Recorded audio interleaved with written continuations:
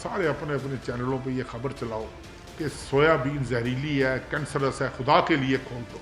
मैं ना खोलूं तो मैं आपका मुझे, इसी शख्स ने तो स्टैंड लिया है। भाई मुझे क्या तकलीफ है, मैं तो नहीं ये मुर्गी खाता, मैं तो गोश्त भी नहीं खाता कि मैंने गलत काम किया, मैंने रूल्स को वायलेट किया। रूल्स में इजाजत नहीं है GMO इंपोर्ट करने की पाकिस्तान। 2015 से पहले क्या सोयाबीन पोल्ट्री फीड का हिस्सा थी? उसके बाद ये लेकर आए हैं। उसके बाद इन्होंने अगर अरब के इंपोर्ट किया, 1 अरब के ऊपर ये 2 अरब रुपया मेरे भाई कमाते हैं। मेरी इस सख्ती का ये फायदा हुआ है कि 3 बड़े वेसल्स ऑस्ट्रेलिया से बुक हुए हैं नॉन GMO, 2 ऑस्ट्रेलिया से बुक हुए हैं, 1 इथोपिया से बुक हुए हैं। पूरी दुनिया में नॉन GMO वेल। तो अगर हम उसको कैंसरस चीजों से बचाने की कोशिश कर रहे हैं तो यार मुझे क्या है, 2015 से पहले अगर सोयाबीन फीड में पड़ती थी तो भाई मैं आज भी जिम्मेदार हूं, मैं सारा नुकसान पूरा करने के लिए। नॉन GMO हर चीज आज भी मार्केट में अवेलेबल है। 2015 में चक्कर चलाकर, चूंकि ये बहुत बड़ा माफिया, मैं तो उसी ओपनली कहता हूँ, मैं कोई छुप के नहीं बात करता। लोकल जो अवेलेबिलिटी थी फीड की, जिसमें 74% मेज पड़ता है, 23% सोयाबीन पड़ती है, 4-5% कोई और इंग्रेडिएंट्स हैं। लोकल के ऊपर टैक्सेशन करवाकर इंपोर्टेड जो सोयाबीन थी वो सस्ती का होगी और लोकल महंगी होगी। पूरी कैबिनेट को मैं जवाब दे होता हूँ रोजाना के बेसिस पर। वज़ीर आज़म साहब को रोजाना के बेसिस पर मैं जवाब दे होता हूँ कि भाई इसने मारेंगे जी, अंडा नपैद हो जाएगा, गरीब आदमी। शुरू खातमुन नबिय्यीन सल्लल्लाहु अलैहि वसल्लम के खालिक और मालिक के बाबरकत नाम या अल्लाह के साथ जो रहमान भी है और रहीम भी। अस्सलाम वालेकुम नाज़रीन, मुझे मियां इमरान अरशद कहते हैं और आप देख रहे हैं प्रोग्राम लाहौर पूछता है। नाज़रीन, मेरे सामने ये मुर्गी खड़ी है, ये इसे ब्रायलर कहा जाता है। ये एक अलग कहानी है कि उसकी अपनी सेहत कैसी होती है, लेकिन as a matter of fact मैं ये बताना चाहूंगा कि इस जानवर ने अपनी फीड के चक्कर में बड़े बड़े रजतों को मजीद रजता बनाया है। इसकी खुराक बाहर से चूंकि सोयाबीन शामिल होती है, तो सोयाबीन या सोयाबीन मील पाकिस्तान लाने के चक्कर में साल से कई बड़े बड़े बापों के बड़े बड़े बच्चों ने, जब मैं ये बात कर रहा हूं तो कई लोग समझ जाएंगे कि मैं किसकी बात कर रहा हूं, उन्होंने अपने मुंह काले किए और बड़ी सारी 2 नंबरियां भी हुई हैं। चले मिट्टी पाओ, आज के प्रोग्राम से इस बात का कोई ताल्लुक नहीं है। ताल्लुक इस बात का है कि ये जानवर इस वक्त मुल्क के मुख्तलिफ हिस्सों में 600 रुपए से जायद में बिक रहा है। इसको गरीब की प्रोटीन बताया गया था, क्योंकि गरीब आदमी के लिए दौड़कर अयाशी चिकन हुआ करती थी, अब वो भी नहीं रही है। ऐसा क्या गुनाह किया गरीब ने, इस मुर्गी ने ऐसा क्या कमाल किया कि इसको डॉलर की तरह पर लगे में वजह के वो आज समझेंगे। तो हमारे साथ मौजूद है इस वक्त सदर पोल्ट्री एसोसिएशन। अस्सलाम वालेकुम जी, वालेकुम तारिक भाई, क्या हाल है? अल्लाह का शुक्र जी, बिल्कुल ठीक जी, फर्स्ट क्लास। आप पोल्ट्री एसोसिएशन और टोरंटन मार्केट के मामलात को देखते हैं जी। टोरंटन मार्केट, जुर्म क्या किया है इंसान ने, गरीब आदमी ने या इस मुर्गी ने? जुर्म तो हम सब का ये है कि हम पाकिस्तान में पैदा हो गए हैं। नहीं, ये तो सब जुर्म नहीं हमने है। इसको जुर्म बना दिया गया है, कभी पोल्ट्री के हवाले से, कभी दूसरे वालों से, कभी अदालती वाले से, कभी कानूनी हवाले से। एक आम आदमी जो उसके लिए ये जुर्म ही बन चुका है। मुर्गी ने तकलीफ किसको दी है, मुझे वो बताएं। किसके पेट में दर्द हुई है जिस वजह से आम आदमी से मुर्गी भी छीनने लगे हैं? पोल्ट्री इंडस्ट्री एक पाकिस्तान की बढ़ती हुई और तरक्की करती हुई इंडस्ट्री है। अच्छा, बल्कि थी, ठीक है, आज से चंद दिन पहले तक थी। तो इसमें बड़े बड़े लोग जो है ना वो कमाते भी रहे हैं, खाते भी रहे हैं। इसके बावजूद ये इंडस्ट्री तरक्की करती रही है, क्योंकि इस पर किसी हुकूमती इदारे का अमल दखल नहीं था। ये डिमांड एंड सप्लाई की बेस पे पलती रही है, बढ़ती रही है, फलती रही है, फूलती रही है। लेकिन ये 3 महीने पहले, 2.5-3 महीने पहले इसको आम आवाम के लिए तो मुश्किल बनाया ही बनाया गया। उसमें क्या क्या मकासद का है, क्या क्या मफादात वाबस्ते हैं, ये एक अलहदा से स्टोरी है। सर, हम उस पर बात करना चाहते हैं। हम चाहते हैं कि हमें पता चले गरीब आदमी को कि उसके साथ जुल्म कर कौन रहा है। हमें ये बताया गया है, बुरा ना मनाइएगा, कि पोल्ट्री फार्मर जो है वो मुर्गी महंगी कर रहा है। हमें ये बताया गया और सिंपली ये कहा गया मुर्गी खाना बंद कर दो, तबीयत सेट हो जाएगी। जिन लोगों ने ये बताया है उनके जाती मफादात की वजह से ही, जाती मफादात अब पूरे ना होने की मुर्गी में वजह से। उनका जाती मफाद क्या है तारिक बशीर चीमा साहब का? अब देखिए, उन्होंने बताया कि पोल्ट्री मुर्गी आप ना खाएं। वो कौन से साइंसदान हैं जिन्होंने, बीमारी है, वो कौन सा साइंसदान है, कहाँ से उन्होंने साइंस की इतनी तालीम हासिल कर ली है जिससे उनको पता लग गया कि वो इसमें बीमारी है? वजीर हैं, साइंसदान तो नहीं है ना। यहाँ के वजीर क्या करते हैं किसको नहीं पता। तारिक बशीर चीमा साहब ने ये साइंस कहाँ से ले ली जो उनको एकदम पता चल गया कि ये अगर अब जो जहाज़ उन्होंने रोके हैं सोयाबीन मील के, ये कैंसर का बायस बन सकते हैं, ये मुर्गी कैंसर का बायस बन सकती है। बनी कहाँ? एक पाकिस्तान में ऐसी हुई है या दुनिया में कहीं? पाकिस्तान में एक ही इदारा है, ये माइक्रोलॉजिकल बायोलॉजिकल, ये टैक्स सोसाइटी के पास है नहर पे। मैं वहाँ पे गया हूँ, मेरे साथी 2 दफ़ा वहाँ पे गए हैं। हमने उन साइंसदान जो GMO ग्रो कर रहे हैं, जो GMO सीड पैदा कर रहे हैं, उनसे बात की है। बिल मुशाफा 4-4 घंटे का सेशन किया। उन्होंने कहा इसमें खतरनाक बात ही कोई नहीं है। वो कहते हैं हमें तो पाकिस्तान गवर्नमेंट ने किसी ने आगे नहीं पूछा कि ये GMO क्या होता है और क्यों इसमें इसको हम मना कर रहे हैं। तो ये किस बना पे इन्होंने ये अपनी साइंस जो है निकाल दी, उसका भी तो पता होना चाहिए। या सिर्फ अपने जाती मफादात ना मिलने की वजह से इसको जाती मफाद होता है? सब जाती मफाद होता है, क्या होता है? वैसे मैं समझना चाह रहा हूँ, जाती मफाद तो कोई तो होगा ना। मेरा ख्याल है सबसे बड़ा जाती मफाद तो लेन देन का ही होता है। तो ये किसका बाकी मफादात देखें, जिन लोगों ने रोकी है, जो पहले इसको मंगवाते रहे हैं, जो पहले इसको छोड़ते रहे हैं, मंगवाते रहे, वो एक बड़े साहब के बेटे थे, उनका नाम आता है कि वो बैक एंड पर बैठ के कर रहे होते थे। सर देखें, मैं गलत हूं, सही हूं? पोल्ट्री में सोयाबीन इस्तेमाल नहीं होती। सोयाबीन की खल जो होती है, जिसको हम सोयाबीन मील कहते हैं, वो इस्तेमाल होती है।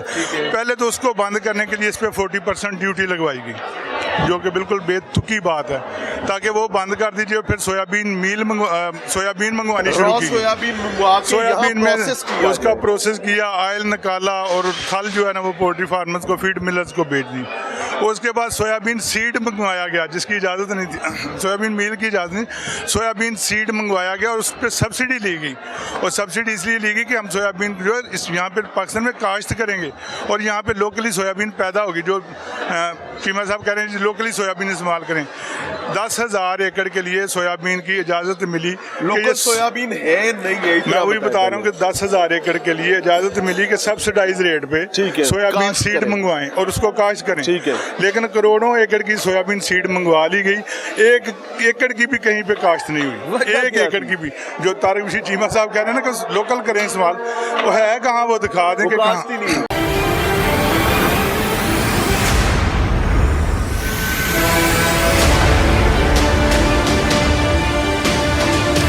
गवर्नमेंट ने वो सब्सिडी दी, लेकिन वो बीज काश्त नहीं हुआ। गवर्नमेंट से तो इन्होंने लाखों एकड़ की सब्सिडी ले ली ना, 10,000 की बजाय।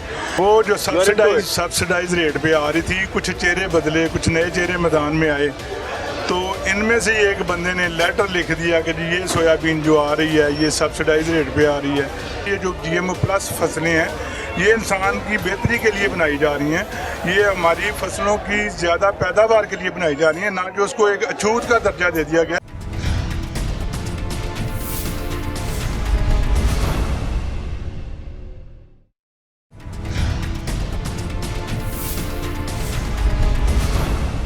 सारे अपने अपने चैनलों पे ये खबर चलाओ कि सोयाबीन जहरीली है, कैंसरस है, खुदा के लिए खोल दो। मैं ना खोलूं तो मैं आपका मुझे। इसी शख्स ने तो स्टैंड लिया है, भाई मुझे क्या तकलीफ है, मैं तो नहीं ये मुर्गी खाता, मैं तो गोश्त भी नहीं खाता, कि मैंने गलत काम किया, मैंने रूल्स को वायलेट किया। रूल्स में इजाजत नहीं है GMO इंपोर्ट करने की पाकिस्तान। 2015 से पहले क्या सोयाबीन पोल्ट्री फीड का हिस्सा थी? उसके बाद ये लेकर आए हैं। उसके बाद इन्होंने अगर अरब के इंपोर्ट किया, 1 अरब के ऊपर ये 2 अरब रुपया मेरे भाई कमाते हैं। मेरी इस सख्ती का ये फायदा हुआ है कि 3 बड़े वेसल्स ऑस्ट्रेलिया से बुक हुए हैं नॉन GMO। 2 ऑस्ट्रेलिया से बुक हुए हैं, 1 इथोपिया से बुक हुए हैं। पूरी दुनिया में नॉन GMO वेल। तो अगर हम उसको कैंसरस चीज़ों से बचाने की कोशिश कर रहे हैं तो यार मुझे क्या है, 2015 से पहले अगर सोयाबीन फीड में पड़ती थी तो भाई मैं आज भी जिम्मेदार हूं, मैं सारा नुकसान पूरा करने के लिए।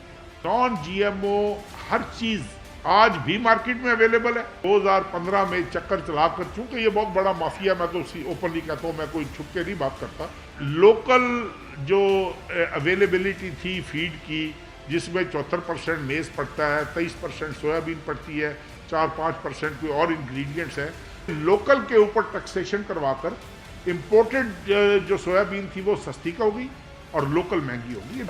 पूरी कैबिनेट को मैं जवाब दे होता हूँ रोजाना के बेसिस पर। वज़ीर आज़म साहब को रोजाना के बेसिस पर मैं जवाब दे होता हूँ कि भाई इसने मारेंगे जी, अंडा न पैदा हो जाएगा, गरीब आदमी। अच्छा जी, 1 एकड़ भी काश्त नहीं? जी 1 एकड़ भी काश्त नहीं हुई। और इन पिछले 4 सालों में जो सब्सिडाइज रेट पर सोयाबीन आती रही है, सोयाबीन सीड आता रहा है, किसी हुकूमती इदारे को तौफीक नहीं हुई कि वो पूछे कि भाई ये कहाँ काश्त हुई है और ये 10,000 एकड़ की थी सब्सिडी, ये लाखों एकड़ की सब्सिडी किधर जा रही है? ये 10,000 एकड़ की जो सब्सिडी थी मिसाल के तौर पर, वो काश्त के लिए थी। जो वो काश्त के लिए गवर्नमेंट ने वो सब्सिडी दी, लेकिन वो बीज काश्त नहीं हुआ। गवर्नमेंट से तो इन्होंने लाखों एकड़ की सब्सिडी ले ली ना, 10,000 की बजाय।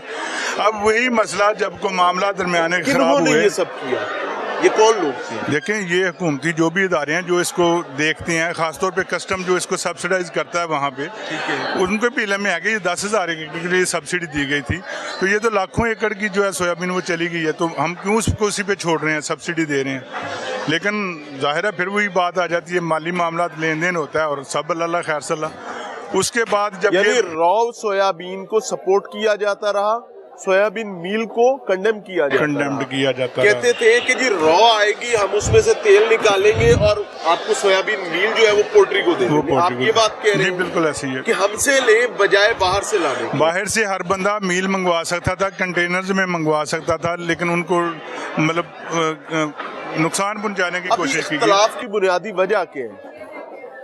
इख्तिलाफ की बुनियादी वजह जो हमें पता, बात सीना बसीना जो चलती आई है, वो यही पता लगा कि वो जो सीना बसीना भी बड़ी तगड़ी गाल होगी, क्योंकि you are the part of the system. वो जो सब्सिडाइज रेट पे आ रही थी, कुछ चेहरे बदले, कुछ नए चेहरे मैदान में आए, तो इनमें से एक बंदे ने लेटर लिख दिया कि जी ये सोयाबीन जो आ रही है ये सब्सिडाइज रेट पे आ रही है और इसको इसमें ड्यूटी खाई जा रही है और ये GMO प्लस है, तो ये इसकी ममानत है, इसको नहीं आने देना चाहिए। GMO प्लस पे रिस्ट्रिक्शन थी क्या पाकिस्तान? अच्छा, GMO प्लस पे रिस्ट्रिक्शन थी, इन्होंने कोई एग्रीमेंट साइन किया हुआ था बाकी कुछ मुल्कों के साथ, वेस्ट के साथ जी, यूरोप के साथ। क्या वजह क्या था? ये तो कोई साइंसदान ही बेहतर बता सकता है, लेकिन कह रहे थे कि उसके कुछ साइड इफेक्ट हैं, तो लेकिन मेरा ख्याल है कि वो भी लोगों को धोखा देने के लिए यहाँ GMO पैदा किया जा रहा है, पाकिस्तान में GMO पैदा किया जा रहा है।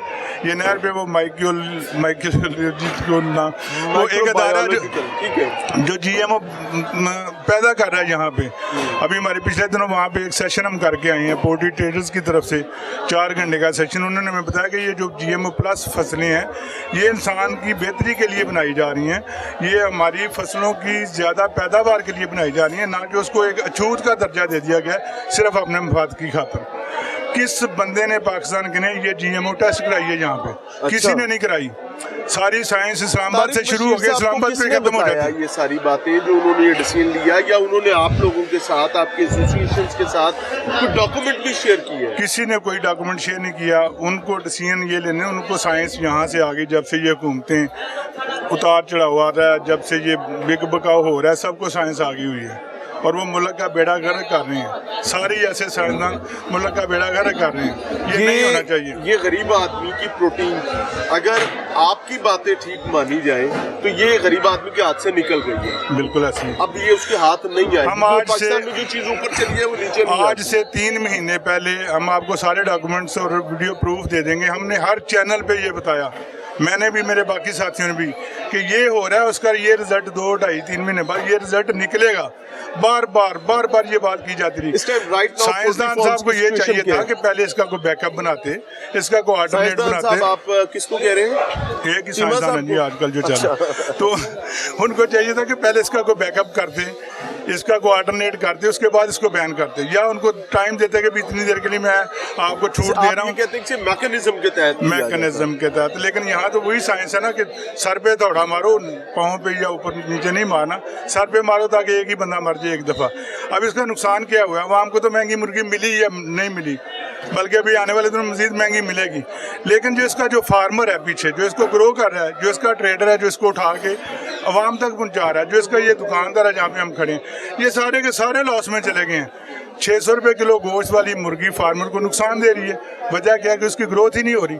अब फायदा किसको है इसका? 600 रुपए के बावजूद नुकसान दे ये रही है। सबसे बड़ा अलमिया यही है कि इतनी महंगी मुर्गी भी फार्मर को लॉस दे रही है। कैसे? उसकी ग्रोथ नहीं हो रही, जो उसको उसकी कास्ट बढ़ गई है, उसकी सर फीड मेरी में। बात सुने ना, मुर्गी की ग्रोथ कम होगी, उसका वजन कम रह जाएगा। जी। कम वजन के हिसाब से गाहक से तो पैसे नहीं, उतना देखिए लिया उसमें जाएगा। दिन सर, से- वजन तो गाहक पे है। उसमें दिन ज्यादा लग जाएंगे, उनकी लेबर ज्यादा लग सर जाएगी। ताजिर है ना, वो तो अपना रेट मार्जिन रख के तो गाहक को बेचेगा। उसमें ये ना कि उसकी ग्रोथ नहीं हो रही, उसकी कास्ट बहुत बढ़ गई है। जो 350 रुपए में अगर इसीलिए मुर्गी- तो 600 पे जा रही है मुर्गी 30 अब। रुपए 350 पे अगर मुर्गी आज पहुंची है ना, तो इसकी कास्ट अभी भी 360 रुपए है। अच्छा मुझे एक बात बताए, 2015 से पहले सोयाबीन इस्तेमाल नहीं होता था मुर्गी की फीड में। जी, नहीं ऐसा ही है? ऐसा ही है। अच्छा, उससे पहले भी मुर्गी इंतहाई सस्ती थी। सही है। आपको याद होगा, मैं 2015 चले 2012 में चले जाते हैं जी। 2012 में इसका निस्फ रेट नहीं होगा।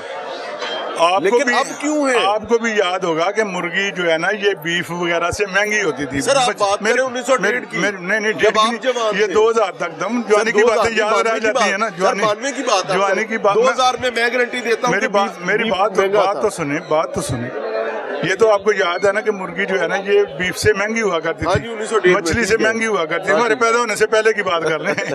ठीक है, उस लेकिन वक्त ब्रायलर भी नहीं था हुआ सर। क्या? नहीं सर, ब्रायलर आ गया था पाकिस्तान की बात 1962 में आ गया पाकिस्तान की था। बात जी, पाकिस्तान 1962 में ठीक है, कॉमनली इस तरह नहीं था। 2000 के लगभग जो है ना, मुर्गी बीफ से महंगी थी। ठीक है। अब ऐसा ऐसा इसमें यही जेनेटिक चेंजेस की गई, जदीद रिसर्च की गई, इसकी कास्ट कम की गई, इसकी ग्रोथ को बेहतर किया गया।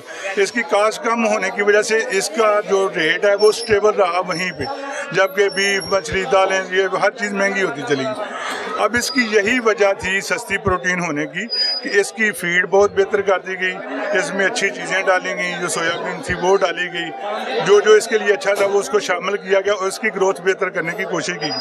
जब ग्रोथ बेहतर होती है, जब 60 दिन की बजाय मुर्गी 40 दिन में तैयार होगी, वो उतनी फीड कम खाएगी, उसका बिल उतना कम आएगा, उसका डीजल उतना कम लगेगा, उसकी लेबर उतनी कम लगेगी, उसकी मेडिसिन उतनी कम लगेगी। अगर वजीर साहब की बात मान के अवाम 20 तारीख तक के लिए मुर्गी का बाइकआउट कर देती है और मुर्गी खाने के अलावा वो दाल सब्जी पे चली जाती है कुछ दिन, उससे कोई इफेक्ट आएगा, बेहतरी आएगी या तबाही होगी? अच्छा, प्रोडक्शन ज्यादा हो ना तो फिर ये सारे अमल असर करते हैं। इस वक्त मसला ये है कि अवाम बाइकाट करे ना करे, उसका ऑटोमेटिक बाइकाट हो जाना है।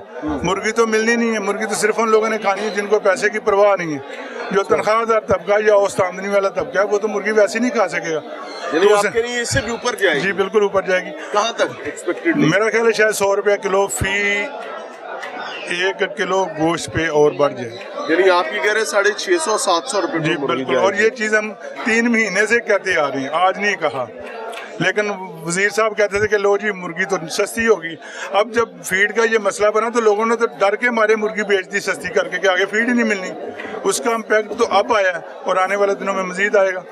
अल्लाह ताला आसानी फरमाए जी पाकिस्तान के लिए। और मुझे इस बात का नहीं पता कि वजीर साहब सच्चे हैं या पोल्ट्री एसोसिएशन सच्ची है, लेकिन मुझे इतना जरूर पता है कि कमाल की बेहतरीन किस्म की नाअहली और नालायकी है कि अगर कोई चीज आप कोई स्टेप लेने जा रहे हैं तो आप उसके लिए तैयार तो हो जाए, पहले तैयारी तो कर लें कि गरीब आदमी के मुंह का लुकमा छीन लेना है। बहरहाल मिलते हैं ब्रेक के बाद।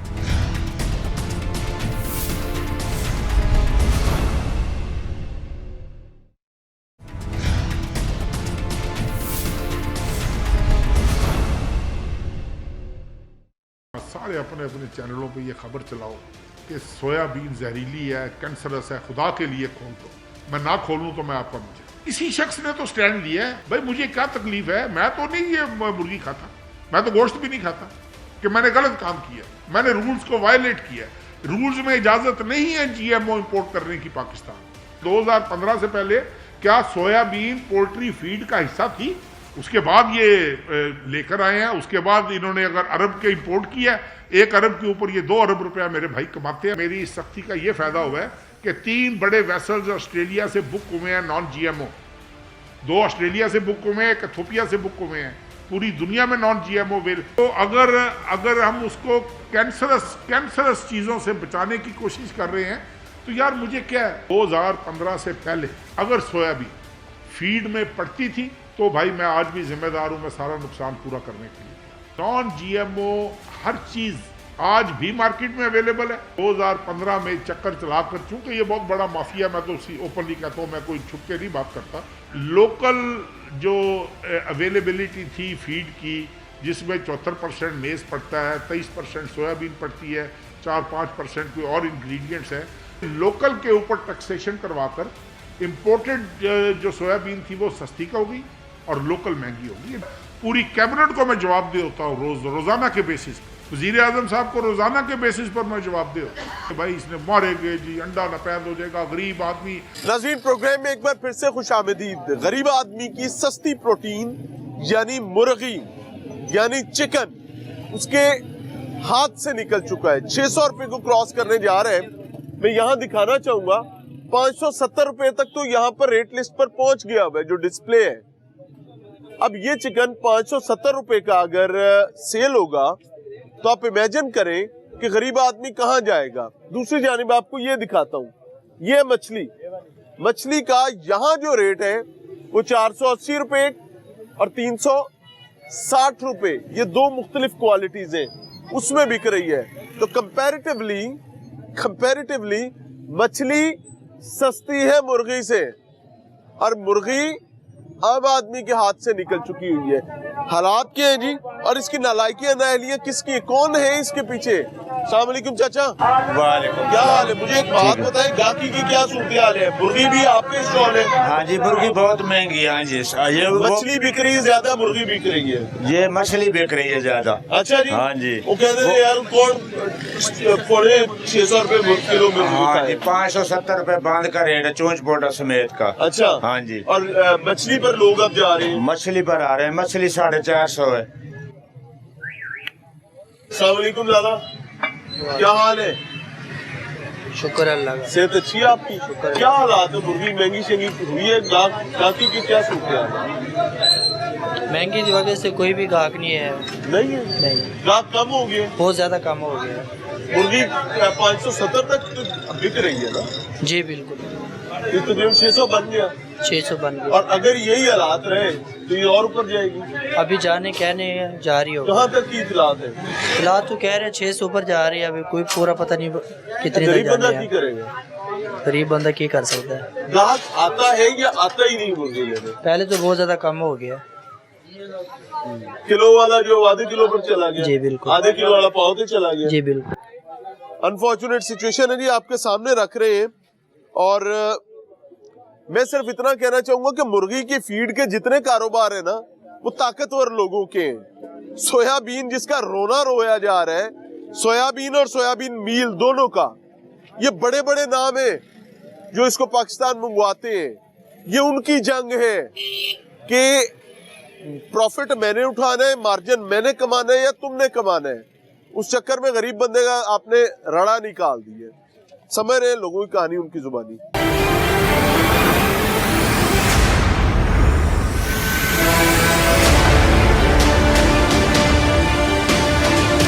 अस्सलाम वालेकुम हाजी। वालेकुम सलाम। क्या बात है, परेशान क्यों खड़े? नहीं नहीं, ऐसे ही मैं ये चीजें ले रही थी ना, इस वजह तो से। मुर्गी लेने आए थे? हाँ जी, मुर्गी लेने आए फिर थे। क्या हुआ?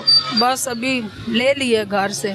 घर से ही ले लिए? नहीं नहीं, चली गई है ना, ले चली गई? हाँ जी। 570 तक पहुंच गई है जी। तो अब क्या इधर बनेगा? बस क्या बनेगा, कुछ भी नहीं बनेगा। लोग बेचारे मरेंगे और क्या करेंगे। नहीं, वो वजीर साहब हमारे कहते हैं मुर्गी खाना बंद कर दो। हाँ जी, फिर बंद ही करेंगे, ये सब्जियां खाएंगे और क्या करेंगे। मैं तो वैसे कहता हूँ बंद कर दो, ना कर दो, तुम आप ही करा इधर दोगे। चली चला रहे हैं, कहीं से 650 कर रहे हैं, कहीं से 700 दे रहे हैं, कहीं से 500 दे रहे हैं, 550। लोगों का क्या बेचारे, जिन्होंने लेना है लेना ही है, क्या लगी करें। पबी चल रही है। हाँ हाँ, ऐसे ही चल रही है। जिसका जितना दिल कर रहे हैं उस तरह बिल्कुल बेच रहा ऐसे है। ही कर रहे हैं, ऐसे ही कर रहे हैं लोग। क्या करें, आगे से बोले तो वो कहते हैं छोड़ दो, अब इधर अब मजबूरियां हैं। रखते निकल। हाँ हाँ, ऐसे ही करते हैं अस्सलाम लोग। भाई, क्या हाल है? अल्लाह के आगे नाम से होंगे शुक्र थोड़ा सा। अल्लाह का। मुझे एक बात बताइए, मुर्गी को हुआ क्या है? पता नहीं, ये तो पीछे फार्मर ही महंगी कर रहे हैं। हम लोगों ने तो जो कंट्रोल रेट आया वो सेल कर रहे हैं। हाँ। वो 570 गवर्नमेंट का रेट ये है। 570 भी कंट्रोल रेट है? हाँ जी, ये गवर्नमेंट का रेट है, वही सेल उसी कंट्रोल रेट है आज। उसी रेट पे तो हम लोग तो सेल वही कर रहे कह हैं। रहा भाई हूँ ना, ना, जो डिस्प्ले किया हुआ है हमारा जो तो रेट है वो माजी भी बता रही थी हाँ जी वही कोई 50 रुपए उत्ते बेच रहा है, कोई 100 रुपए नहीं, उत्ते हमारे बेच पास रहा तो है। डिस्प्ले नहीं, लगा वही हुआ कह है रहा हूँ ना, आप तो कंट्रोल रेट हाँ की जी, बात हमारा कर तो रहे हैं कंट्रोल ना। रेट है। हाँ जी ये भाई साहब कुछ बता रहे हैं। कलेजी पोटा कर देने के दोबारा बगैर कहें? लेता है। दोबारा कहे मैं क्या फर्क आ जाता है क्या? कि गर्दन भी नहीं लेता, कलेजी पोटा भी नहीं लेता, वो साफी गोश्त लेता है, तो उसमें रेट में फर्क आएगा। कितना फर्क आना चाहिए? 100 रुपए का? ये 40-50 का ही आता है। हाँ बस, इससे ऊपर तो हाँ नहीं ना 50 आता। का ही देते हैं। हाँ यानी कि नहीं, आपकी तो बात ही नहीं ना। हाँ, 50 गाहक का रोना रो रहा हूँ। गाहक तो रोते ही है, तो हम भी रो रहे हैं।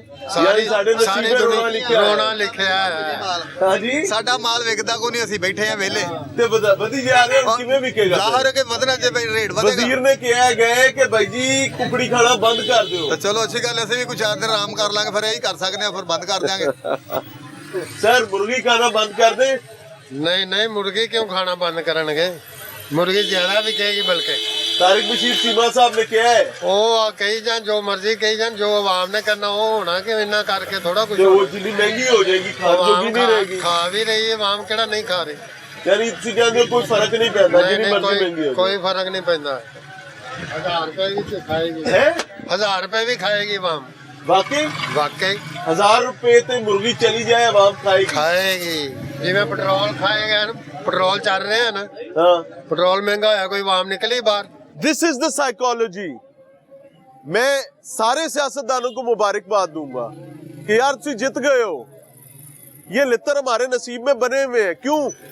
क्योंकि हमने खुद ये तय किया हुआ है कि यार बा बंदे बताओ।